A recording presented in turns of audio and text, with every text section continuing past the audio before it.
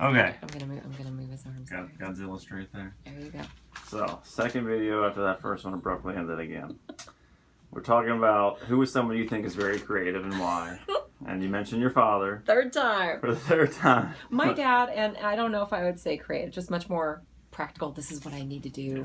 And then doing little twists here and there when he needs to do them. But definitely my daughter. We've talked about that before. Children being the ultimate in creativity, as far as, you know, there are no barriers. And even if they don't know something, sometimes they'll make something up, as far as facts about how the world works. So that it's a constant source of inspiration, and sometimes it's just silliness, and sometimes it makes you really think, that's a fantastic question that you just asked me about how something works, because I know surface level how it works, but really getting into providing you a more in-depth explanation that makes sense to you, but is still very straightforward.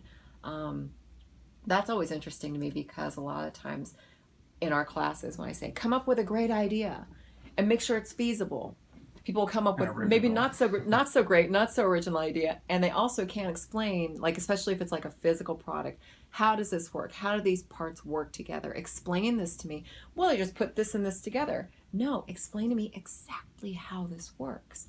I saw like a little short video of how a sewing machine works.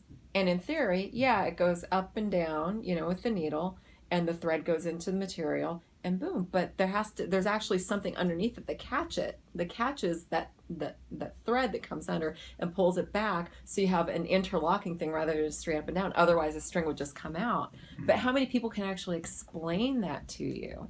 And it's such a simple thing that has such a huge impact on our lives. But how many people can actually explain how a sewing machine works to you? Very few, I'm guessing. Very few. And it took someone with very creative minds to come up with that. So. And it's very, very straightforward and very, very practical. And again, we are wearing these clothes because of sewing machines. Or child labor. Child labor. Let's find a creative solution for that, ladies and gentlemen. Social justice. Okay, that's very good. Okay, so what would you say inspires you or keeps you motivated, whether it's in your daily life or in your career? Something. Fear. Fear. Really? I'm joking, and I'm a little bit serious.